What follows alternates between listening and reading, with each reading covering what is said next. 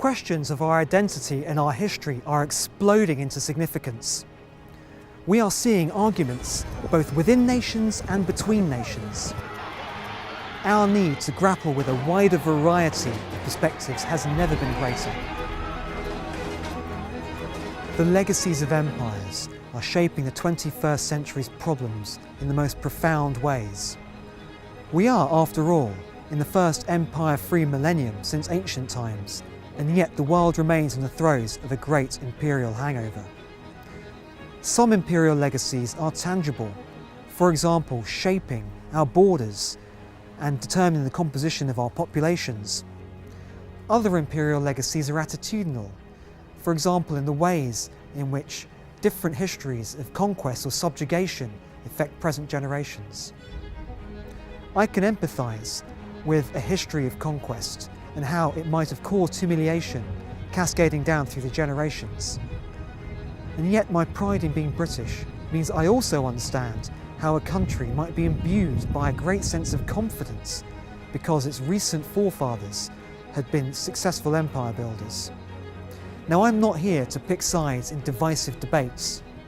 I've written this book in order to convey the importance of understanding a wider range of imperial inheritances, whether in our own countries or further afield around the world. Imperial legacies are everywhere. Empires have existed for so long that we are only just getting used to their absence. I distinguish between the old formal empires of conquest and direct occupation that existed before the Common Era and that continued to exist right into the 20th century until the collapse of the European colonial maritime empires and, in 1991, of the landed colossus, the Soviet Union.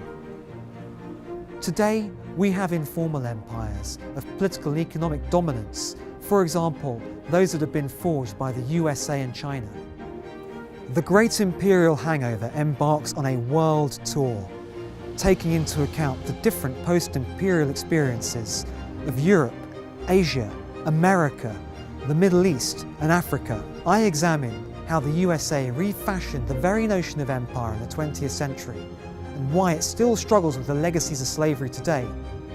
How the UK is trapped between the guilt and the grandeur of its own sweeping imperial past. How the European Union, itself a post-imperial project, still has to contend with some of the challenges of empire. How Russia's rulers have embraced their own imperial inheritance. How China has arisen in a way today that emulates its grand old imperial history. How India has risen through the Mughal and the British imperial eras to its present state.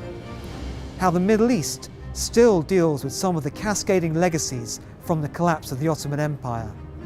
And how Africa still scrambles beyond the legacies of colonialism. I do not think that we are entering a new imperial age.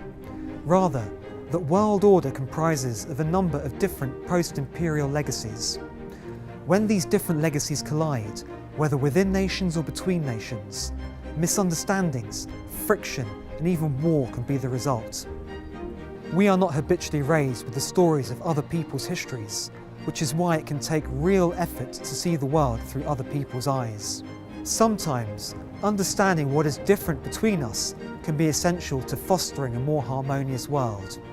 And often, there are no greater differences than our varied imperial inheritances.